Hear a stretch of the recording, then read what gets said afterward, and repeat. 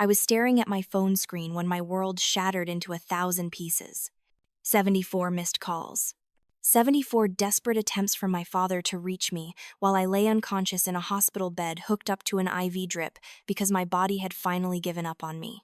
And yet, as I scrolled through my notifications with trembling fingers, the first thing I saw wasn't a worried text or a frantic voicemail. It was a photo on Instagram. My sister Marissa, all perfectly white teeth and designer sunglasses, posing with our parents by the lake. The caption read, "Family Day without the drama." I was the drama. I was always the drama, even when I was the one keeping everyone afloat. That moment in the hospital room with the fluorescent lights buzzing overhead and the antiseptic smell burning my nostrils, I realized something that should have been obvious years ago. I wasn't family to them. I was a bank account with a heartbeat. If this story resonates with you, if you've ever felt used by the people who were supposed to love you unconditionally, please hit that like button.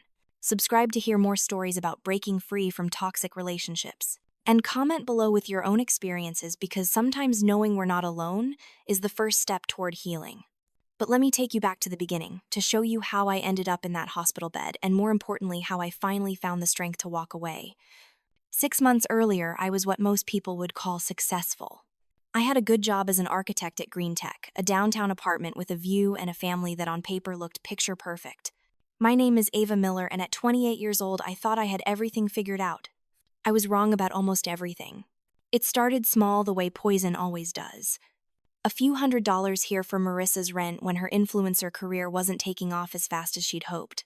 1,000 there to help mom and dad with their mortgage after dad's real estate deals went south. Then Peyton needed tuition money for design school, and how could I say no to my baby sister's education? Each request came wrapped in guilt and obligation tied with ribbons of family takes care of family and you're the successful one. I remember the first time I stayed up until 3 in the morning working on a project because I'd spent my lunch break wire transferring money to Marissa's landlord. My hands shook as I sketched the blueprints fueled by cold coffee and the gnawing anxiety that I was falling behind. But I told myself it was temporary. I told myself they needed me. I told myself that this was what love looked like. My grandfather Joe was the only one who saw through it. At 70 years old, the retired lawyer had a way of cutting through nonsense with surgical precision. We'd meet for lunch once a month at this little Italian place on 5th Street, and he'd watch me with those sharp gray eyes while I made excuses for why I looked so tired. "You can't audit love, Ava," he told me once, stabbing his fork into his pasta primavera. "But you sure as hell can audit where your money goes. And I guarantee you if you did, you'd find out real quick what you're actually funding." I laughed it off then. I wish I hadn't. The requests escalated. Marissa needed a new camera for her content creation, $5,000 for equipment that would change everything.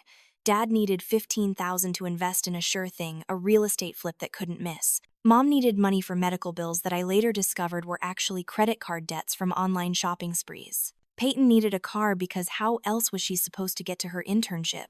I said yes to all of it. I always said yes. Saying no felt like admitting I didn't care, like proving I was selfish, like confirming every subtle accusation they'd ever lobbed my way. "You're so focused on your career. Must be nice to have all that disposable income." Some of us have real problems, Ava. The truth was, I didn't have disposable income. I had a second job freelancing on weekends. I had a credit card balance that kept me awake at night. I had a savings account that I'd emptied 3 times and rebuilt twice. I had everything except boundaries. Work became my escape and my prison simultaneously. At Green Tech, I was valued. My designs won awards. My boss Richard praised my attention to detail and my ability to meet impossible deadlines. What he didn't know was that I was meeting those deadlines by sacrificing sleep, health, and any semblance of a personal life. I'd eat lunch at my desk, dinner at my desk, and sometimes I'd wake up at my desk, my cheek pressed against blueprints, wondering when I'd fallen asleep. My colleague Sarah noticed first. We'd been work friends for 3 years, the kind of relationship built on shared coffee runs and commiserating about difficult clients. One Tuesday afternoon, she stopped by my desk with her usual latte order and just stared at me. "Ava, when's the last time you took a day off?" she asked. I had to think about it. Really think. Maybe Christmas. That was 9 months ago. I shrugged, turning back to my computer screen where I was juggling 3 different projects simultaneously. "I'm fine. Just busy." "You're not fine. You look like you're about to collapse." I should have listened to her. Instead, I sent another wire transfer to Marissa that afternoon. Another 2,000 for what she called an emergency. I didn't even ask what the emergency was anymore. It didn't matter. The answer was always yes. Meanwhile, Marissa's Instagram feed told a different story. Designer handbags, brunch at trendy restaurants, weekend trips to Miami and New York. Her follower count hovered around 15,000, not nearly enough to make a living from sponsorships, but enough to maintain the illusion of success. Every photo was carefully curated, every caption was inspirational drivel about manifesting your dreams and staying true to yourself. She posted about family values and the importance of supporting each other. She never posted about where the money for her lifestyle actually came from. I watched her live stream sometimes during my lunch breaks that weren't really breaks because I was still answering emails. She'd talk about her vision board and her gratitude journal and her morning meditation routine. She'd hold up products and talk about self-care and investing in yourself. Once she did an entire segment on financial wellness, advising her followers to cut out toxic relationships that drained their resources. The irony was so thick I could have choked on it. Dad called me every Sunday like clockwork. Not to ask how I was doing, but to update me on his latest financial crisis. The tone was always the same, this mixture of disappointment and expectation that made my stomach clench before I even answered the phone. Ava, sweetheart, I need to talk to you about something important. Important always meant expensive. I'd learned that lesson well. We've got a situation with the mortgage. Just temporary, you understand. The market's been slow, but I've got 3 properties that are going to close next month guaranteed. I just need $20,000 to tide us over until then. $20,000. Said so casually like it was $20 for gas money. And I gave it to him. I took out a personal loan at an interest rate that made the bank representative raise her eyebrows, and I gave it to him. Because he was my father. Because family was supposed to come first. Because I'd internalized the message that my worth was measured by my usefulness. Mom had a different approach. She was subtler, more emotionally manipulative. She'd call me crying about how stressed Dad was, how hard things were, how she didn't know what they were going to do. She'd never directly ask for money. She didn't have to. The guilt was the ask. I just worry about your father's health, honey. All this stress, it's not good for his heart. If only we could catch a break, you know. But we'll figure it out somehow. We always do. I'd hang up and immediately check my bank account, calculating what I could spare, what I couldn't afford to spare but would anyway. The math was always depressing. I was making 6 figures as a senior architect, and somehow I was always broke. Peyton was the worst because she played the innocent card so well. At 22, she'd perfected the art of weaponizing her youth and naivety. She'd text me with strings of sad emojis talking about how hard school was, how she was struggling, how she just needed a little help to get by. She'd send me screenshots of her bank account showing $19, ignoring the fact that she'd posted photos of a shopping haul the week before. Can you spot me just like 800 until my financial aid comes through? Please, Ava. You're the only one I can count on. 800 became 1,000, became 1,500. Financial aid never seemed to come through, or if it did, it immediately evaporated into expenses she could never quite explain. But she was my baby sister. How could I let her struggle? I couldn't remember the last time any of them asked how I was doing. Actually, that's not true. I could remember. It had never happened. The warning signs were everywhere, flashing like neon in the dark, but I was too exhausted to see them. I started forgetting things, important things. Client meetings. Project deadlines. I'd find myself staring at my computer screen, unable to remember what I was working on. My hands trembled when I held my coffee cup. I lost 15 pounds in 2 months because I kept forgetting to eat, or I was too nauseous from stress to keep anything down. Sarah cornered me in the break room one morning, her expression tight with concern. Ava, I'm worried about you. You're not okay. I'm fine, I said automatically, the lie so practiced it came out smooth. Just been working hard. No, you're not fine. You look like you're going to pass out. When's the last time you saw a doctor? I couldn't remember that either. My health insurance was great, but actually using it required time I didn't have and attention I couldn't spare. There was always something more urgent, someone who needed me more. I'm just tired, I said, and even I could hear how hollow my voice sounded.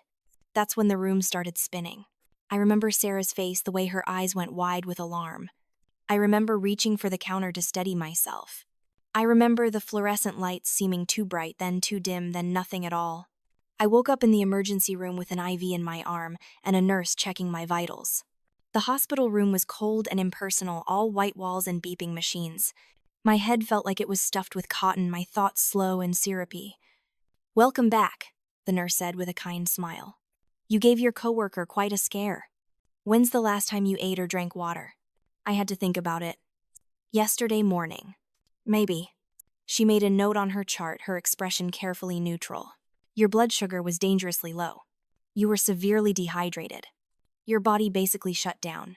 We've contacted your emergency contact, but no one answered." That should have surprised me. It didn't. Sarah came by a few hours later with my phone fully charged. She'd grabbed it from my desk along with my purse and jacket. She sat in the uncomfortable visitor's chair, her hands wrapped around a cup of vending machine coffee. "They said you collapsed from exhaustion and malnutrition," she said quietly. "Ava, what's going on?" "Just been busy," I mumbled, but even I didn't believe it anymore. "This isn't busy. This is self-destruction." She leaned forward, her voice gentle but firm. "You need help. Real help." I wanted to argue to make excuses to minimize what had happened. But I was so tired. Tired of pretending. Tired of sacrificing. Tired of being tired. That's when I reached for my phone and saw the notifications. 74 missed calls from Dad. Dozens of texts from Mom, each one more frantic than the last. "Where are you? We need to talk. This is urgent. Call me immediately." Not one of them said, "Are you okay?" I scrolled further and found Marissa's Instagram post. The photo was golden hour perfect, all of them laughing by the lake, arms around each other. Dad looked relaxed. Mom looked happy. Peyton looked carefree. They looked like a complete family, and I wasn't in the picture. Family day without the drama. The caption punched the air from my lungs. I stared at it until the words blurred, reading it over and over each time, feeling something crack deeper inside my chest. They were having a family day while I was alone in a hospital bed. They'd taken the time to pose for photos and craft the perfect caption, but not one of them had bothered to call back when the hospital tried to reach them. I was the drama. The inconvenient daughter. The one who was useful when they needed money, but invisible when they needed a photo op. Sarah was watching me, worry etched across her face. "Ava, I need to call my grandfather," I said, my voice hollow. I didn't call my parents back. Not that day, not the next. Instead, I called Grandpa Joe, and he was at the hospital within an hour, still wearing his reading glasses and carrying a leather-bound notebook he'd grabbed on his way out the door. He didn't hug me or cry or make a scene. He just pulled up a chair, sat down, and looked at me with those knowing eyes that had seen through decades of courtroom lies and family dysfunction. "So," he said calmly, "they finally broke you."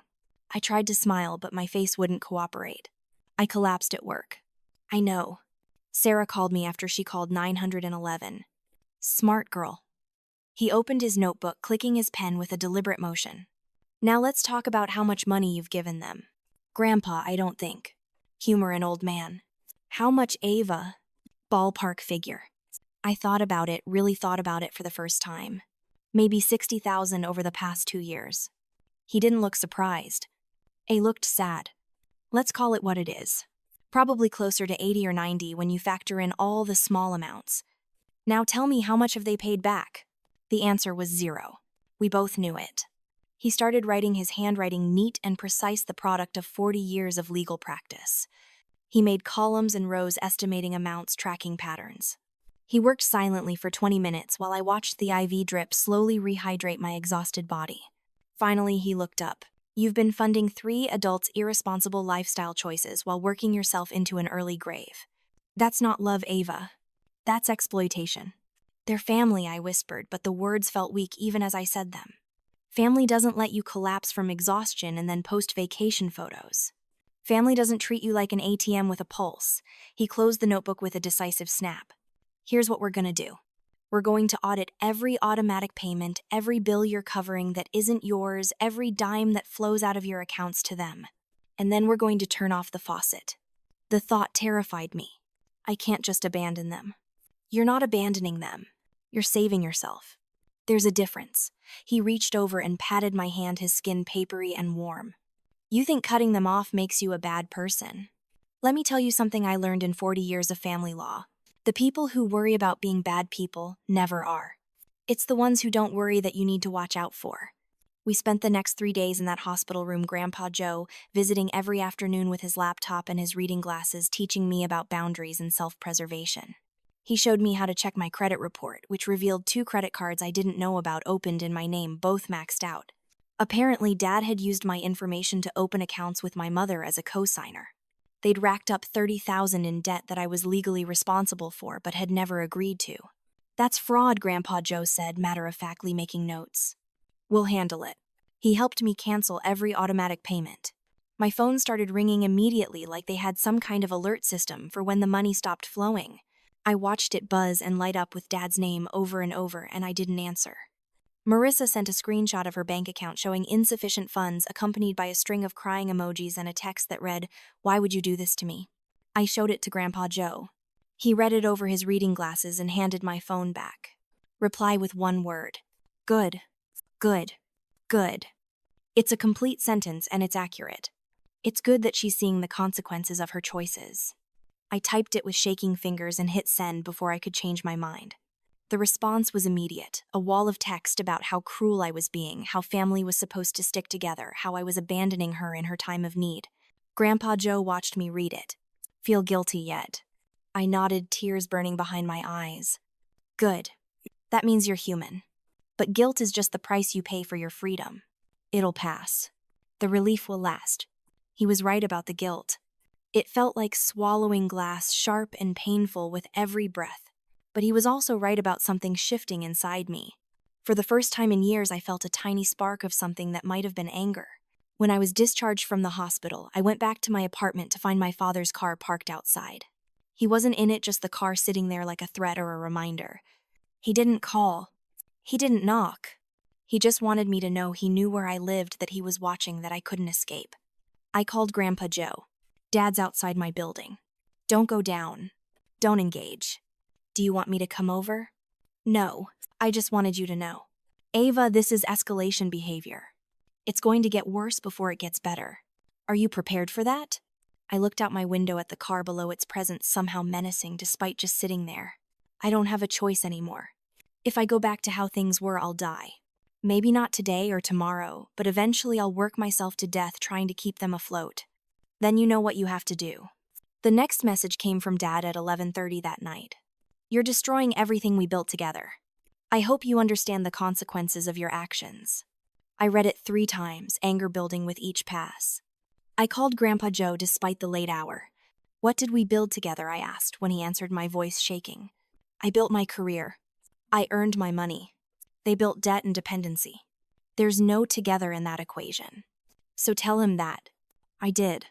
I typed out a response that I edited 17 times before sending, trying to balance honesty with civility before finally giving up on civility altogether. "I didn't destroy anything. I stopped rebuilding what you kept tearing down. There's a difference." His response came in seconds, all caps full of blame and accusations. I turned off my phone. Grandpa Joe hired a private investigator, a man named David Hayes, who specialized in financial fraud cases. He was in his 50s with tired eyes and a patient manner, and he treated my case like it actually mattered. "I'm going to need access to your financial records," he said during our first meeting at Grandpa Joe's house. "Bank statements, credit reports, any documentation of transfers or loans. And I'll need permission to look into your family's finances." "Is that legal?" I asked. "What they did to you probably isn't. Let's find out." It took him 3 weeks to compile the report, and when he presented it to us, the numbers were worse than I'd imagined. $87,000 over 3 years. Money I'd given willingly, money they'd taken without asking, money stolen through credit card fraud. Marissa alone had received $32,000, most of which was documented through Instagram posts, showing designer items, trips, and experiences that cost more than she claimed to need. "She's been playing the struggling artist while funding a luxury lifestyle," Hayes said, showing us a spreadsheet that cross-referenced her stated needs with her actual spending. "Your father has been using your money to pay off gambling debts and failed real estate investments. Your mother has been enabling both of them while racking up credit card debt of her own. And your younger sister has been using you as a personal scholarship fund while living well beyond her means." I felt sick. Not surprised, but sick. Seeing it all laid out in black and white, organized and itemized, made it undeniable. I couldn't make excuses anymore. I couldn't pretend they just needed a little help to get back on their feet. This was systematic exploitation. "What do we do with this?" I asked. Grandpa Joe looked at his lawyer, a sharp woman named Clean, who'd worked with him for decades. She'd been quietly reviewing the documents, making her own notes. "We have several options," she said crisply. "We can file civil suits for the fraud, seek restitution for the unauthorized credit cards, and pursue criminal charges if you want to go that route. We can also file restraining orders if the harassment escalates." "They're harassing her," Grandpa Joe confirmed.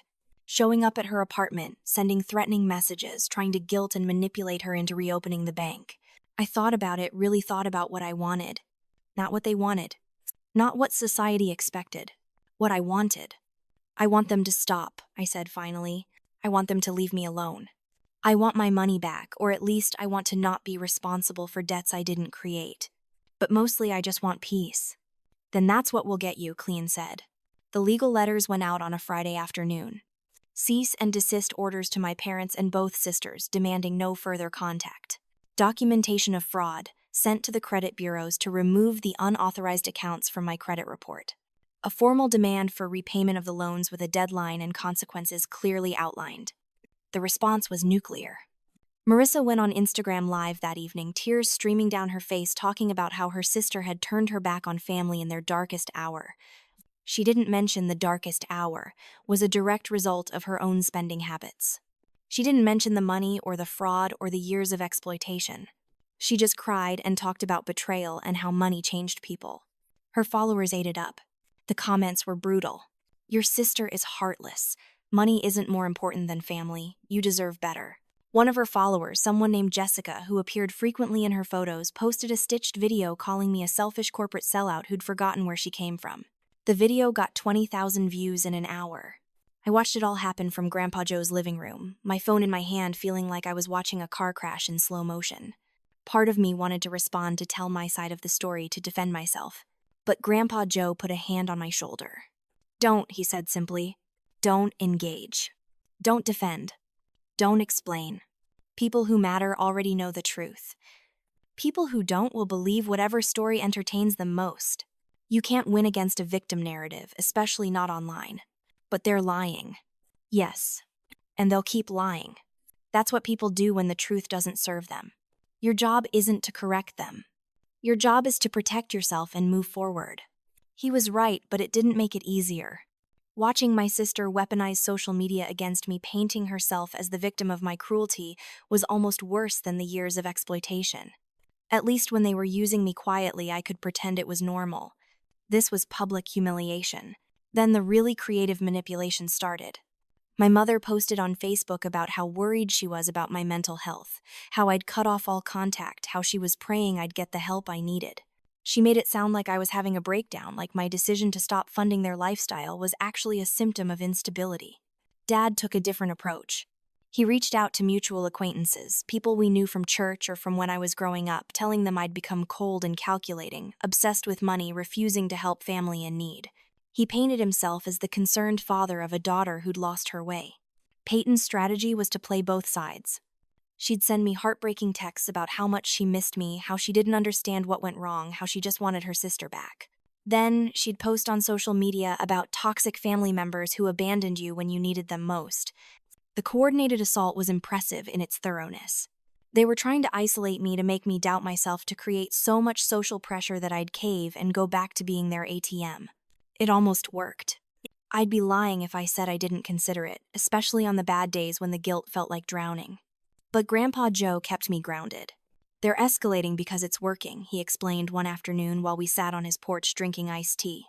"They've lost control of you, so they're trying to control the narrative. They're trying to make you feel so bad, so guilty, so isolated that you'll come back just to make it stop. Don't give them that power. But what if they're right? What if I am being selfish? Selfish is taking care of yourself at someone else's expense. What you're doing is refusing to let others take care of themselves at your expense. That's different. That's called having boundaries, and it's not selfish. It's survival." The breaking point came 3 weeks later. I woke up to 17 missed calls and a voicemail from my mother. Her voice was shaking, urgent. "Ava, we need you. This isn't a game anymore. Your father's gotten us into serious trouble. Legal trouble. We could lose the house. We could lose everything. Please, honey, I know we've had our differences, but this is serious. We need you to call us back. We need help." I played the voicemail for Grandpa Joe. He listened without expression, then handed the phone back. Let me guess.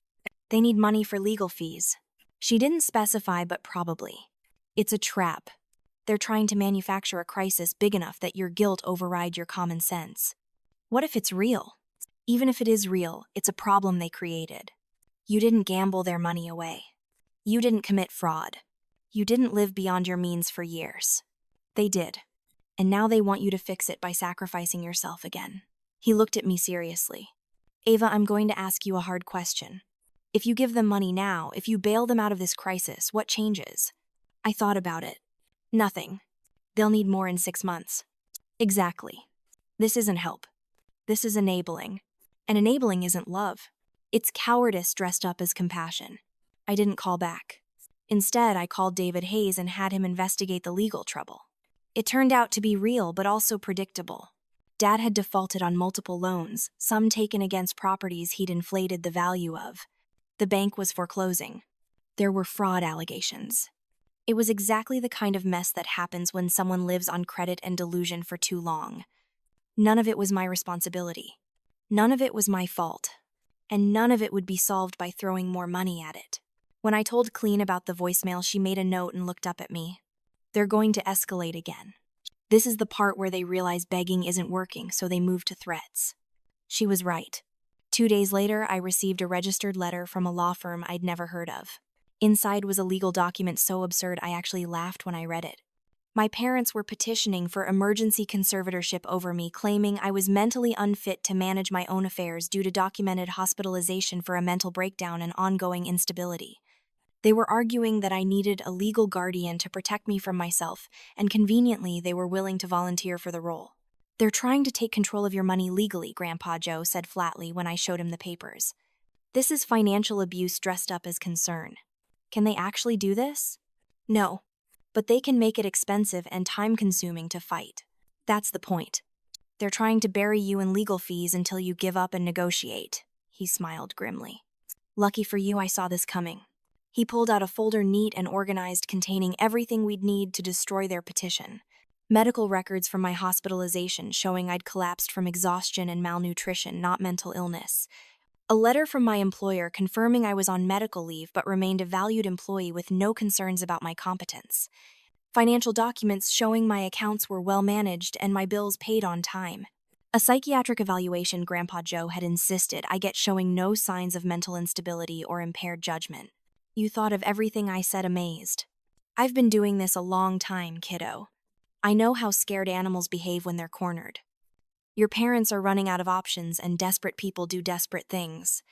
The hearing was scheduled for 3 weeks later, which gave us time to prepare a comprehensive response.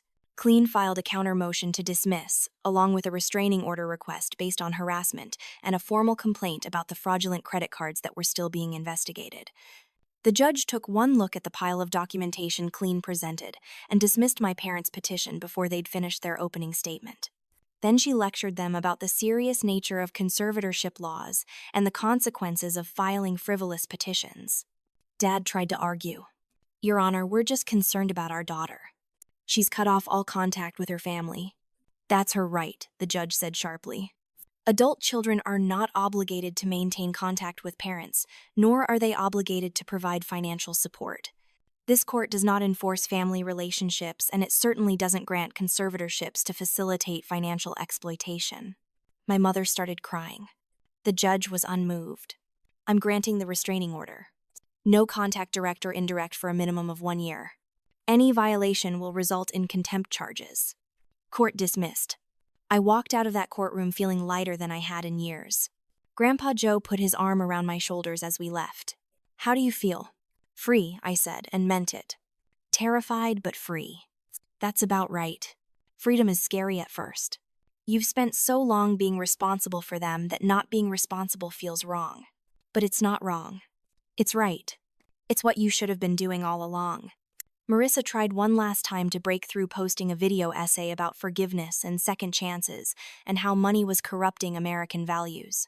She spoke directly to the camera, makeup, perfect lighting, flattering, explaining through artistic tears how her sister had chosen greed over love. But this time, something unexpected happened. Someone in the comments posted a link to one of Marissa's old videos where she'd done a boutique haul showing off $5,000 worth of designer purchases. Another person found screenshots of her Venmo request to me. Someone else pointed out the timeline how she'd been living lavishly while claiming poverty. The internet in its chaotic justice turned on her. Comments that had been supportive became skeptical. Wait, you were buying Gucci while asking your sister for rent money. Those designer bags in your closet tour cost more than my car. Something doesn't add up here. Marissa deleted the video, then her entire Instagram account. Jessica, her friend who'd called me a sellout, quietly removed her video too. The narrative they'd tried to build collapsed under the weight of their own documented lifestyle. I didn't gloat. I didn't respond. I just watched it happen from a distance, feeling nothing but exhausted relief. Grandpa Joe suggested I take some real time off, not just medical leave, but actual vacation. You've spent 3 years working yourself to death for people who didn't appreciate it. Take a month and remember who you are when you're not being used. So I did. I submitted my resignation from Green Tech, which shocked everyone but felt necessary. I couldn't go back to that office, to that desk where I'd collapsed. I needed a clean break from everything. I found a cabin in Colorado through a vacation rental site, a small place nestled in the mountains, with no cell service and nothing but pine trees and silence. I packed light, drove 12 hours, and disappeared into the wilderness like I was hiding from the law instead of hiding from my family. The first week was hard. Really hard. Without work to distract me and family to worry about, I had nothing but time and silence and my own thoughts. I cried more in those 7 days than I had in the previous year. I mourned the family I'd wanted, the parents who should have protected me instead of exploiting me, the sisters who should have been friends instead of users. But somewhere in the second week, something shifted. I woke up one morning and realized I'd slept through the night for the first time in months. No nightmares about money. No anxiety dreams about missing deadlines. Just sleep deep and healing. I started taking walks through the forest, long meandering routes with no destination. I read books I'd been meaning to read for years. I sketched designs not for clients but for myself, playing with ideas that had no purpose beyond being beautiful. I remembered what it felt like to be Ava, just Ava, not Ava the bank or Ava the savior or Ava the disappointment. Grandpa Joe drove up to visit me in week 3, bringing groceries and news from the outside world. We sat on the cabin's porch watching the sun set over the mountains, drinking beer and not talking about much of anything. You look better, he observed. I feel better. Lighter. That's what happens when you stop carrying other people's burdens. Turns out you weigh less when you're only responsible for yourself. I still feel guilty sometimes, I admitted. I wonder if they're okay. If they're managing, if I should have tried harder to help them in a healthier way. That's normal. You spent years being conditioned to put them first. It takes time to unlearn that. He took a sip of his beer, thoughtful. But here's what I want you to understand. You didn't fail them. They failed you. You gave them years of chances, years of money, years of your health and sanity. They chose not to change. That's on them, not you. Clean told me they're facing foreclosure on the house. They are. And bankruptcy. And a divorce if my sources are correct. Your mother finally figured out how deep your father's gambling problem goes. He looked at me seriously. Do you want to help? Part of me does, I said, honestly. Part of me still hears that voice saying I should do something. And what does the other part say? That I tried for 3 years and almost died. That helping people who won't help themselves isn't help, it's suicide. That I deserve to choose myself. Listen to that part. We sat in comfortable silence for a while, watching the light fade and the stars emerge. The mountains were so quiet, so far from everything. I understood why people came to places like this to heal. There was something clarifying about being small against something so vast and ancient. I think I'm going to stay here a while longer, I said. Maybe permanently. There's a small architecture firm in Denver that's been trying to recruit me for years. I could work remotely, go into the office once a month. Build a life that's mine. I think that's a fine idea, Grandpa Joe said. And I think you should know I'm proud of you. Not for the career or the success or any of that. I'm proud because you chose to save yourself. That's harder than it sounds. After he left, I called the Denver firm. They were thrilled to hear from me, even more so when I said I was interested in a remote position. We negotiated terms that gave me flexibility, autonomy, and creative control over my projects. I'd take a small pay cut, but I'd also have boundaries, regular hours, and the freedom to say no without fear. I started designing a house, my house, the one I'd build on a piece of land I'd already found outside Boulder. It would be small and efficient, full of light and space, designed for one person who'd learned to value solitude over dysfunctional togetherness. 6 months after leaving that hospital, I was living in Colorado full-time, working on projects I cared about and spending my evenings hiking or reading or doing absolutely nothing. My bank account was rebuilding slowly but steadily. My health was better. My sleep was dreamless. My phone stayed blissfully quiet. I blocked my family on every platform, every method of contact. I didn't need to know what they were doing or how they were managing. Their lives were no longer my responsibility, and that realization was more freeing than I'd imagined possible. Grandpa Joe visited monthly, always bringing some new legal update that I rarely cared about anymore. The credit card fraud case had been settled in my favor. The divorce between my parents was messy and public. Marissa was working a regular job for the first time in her adult life, apparently not thriving in an environment where she couldn't leverage charm and manipulation for profit. Peyton had dropped out of design school and moved back home, wherever home was for my parents now.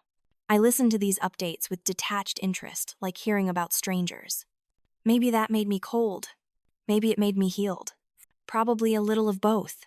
One afternoon in early spring, I was sitting at my drafting table working on designs when my email pinged with a message from an unknown address. I almost deleted it, assuming it was spam, but something made me open it. It was from Marissa. No subject line. Just a few paragraphs that looked like they'd been written and rewritten 100 times. Ava, I know I don't have the right to contact you, and I'm probably breaking about 50 rules by sending this. I'm not asking for money or forgiveness or anything except maybe 5 minutes of your time to read this. I've been in therapy for 3 months. Real therapy, not the kind where you go once and claim you're fixed. And I'm starting to understand things about myself and about what we did to you that I couldn't see before. We used you. We exploited you. We treated you like an ATM instead of a sister. And when you finally set boundaries, we attacked you for it because losing access to your money felt like losing you, and we couldn't tell the difference between the two. That's messed up. That's really messed up.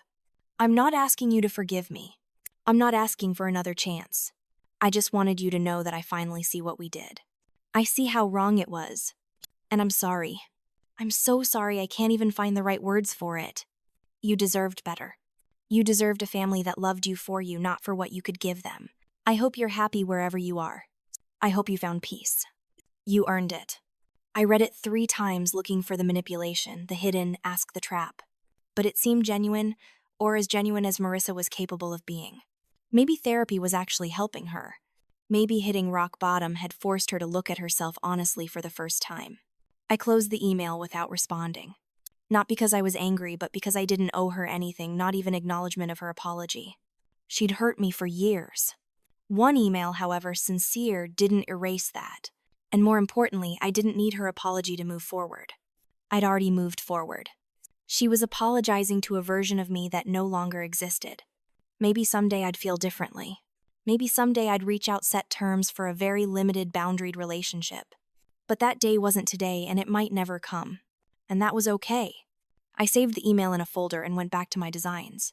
Outside my window, the mountains stood unchanging and patient.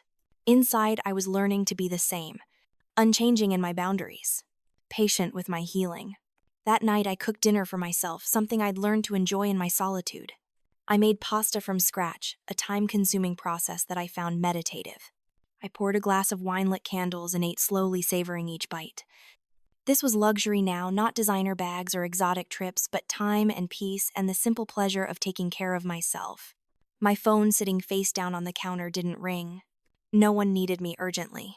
No one was demanding my attention or my money or my energy. The silence used to terrify me. Now it felt like sanctuary. I thought about that Instagram post, the one that had broken me open in the hospital. Family day without the drama. They'd meant me. I was the drama. And you know what? They were right. I was dramatic enough to have boundaries. Dramatic enough to value my own life over their comfort. Dramatic enough to walk away when staying meant dying a slow death of exploitation and exhaustion.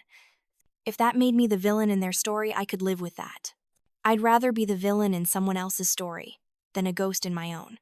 I used to think silence was failure, that not responding meant I was weak or scared or didn't care enough to fight. But I've learned that silence can be a choice, a boundary, a form of peace that doesn't require anyone's permission. Sometimes the most powerful thing you can do is simply stop participating in your own destruction. My family taught me a lot of lessons, though probably not the ones they intended. They taught me that love without respect is manipulation. They taught me that family isn't defined by blood but by behavior. They taught me that some people will drain you dry and still complain about being thirsty. And most importantly, they taught me that saving yourself isn't selfish, it's survival. I don't know what the future holds. Maybe my family will change. Maybe they won't. Maybe one day we'll find some kind of peace between us, or maybe the restraining order will become permanent. But those are their choices to make, not mine. My choice is to keep building this life, this quiet mountain existence where I'm accountable only to myself. Every morning I wake up without dread. Every night I go to sleep without anxiety. Every day I make decisions based on what I want, not what someone else needs from me. It's a small life in many ways, smaller than the one I had in the city. But it's mine completely and utterly mine, and that makes it enormous. People ask me sometimes if I regret it, if I miss my family, if I wish I'd tried harder to make it work. The answer is complicated. I regret that they were the kind of people who made walking away necessary. I miss the family I wish I'd had, not the one I actually had. And I tried so hard I nearly died, so no, I don't wish I'd tried harder. What I wish is that I'd realized sooner that you can't love someone into changing. You can't sacrifice yourself into being valued. You can't set yourself on fire to keep other people warm and expect to survive the burns. But I know now. And knowing is enough. I chose myself. After 28 years of choosing everyone else, I finally chose myself. And if that makes me selfish in their eyes, I can live with that. Because I'm actually living now, not just existing to serve. I'm breathing deeply instead of drowning slowly. I'm building instead of depleting. They wanted me to be drama-free. So I removed the drama by removing myself from their stage. Turns out family day without the drama is every day when you're not afraid to walk away from toxicity disguised as love. I am the drama they can live without. And finally, blessedly, I'm living without them. So let me ask you something. Have you ever looked at a relationship in your life and wondered if you're the problem only to realize you're actually the solution walking away? Have you ever been the safety net that everyone jumped into without ever asking if you could hold the weight? Because sometimes the healthiest thing you can do is stop catching people who keep jumping. What's your story? Have you ever had to choose between your peace and someone else's comfort? Drop your experience in the comments. Hit that like button if this resonated with you.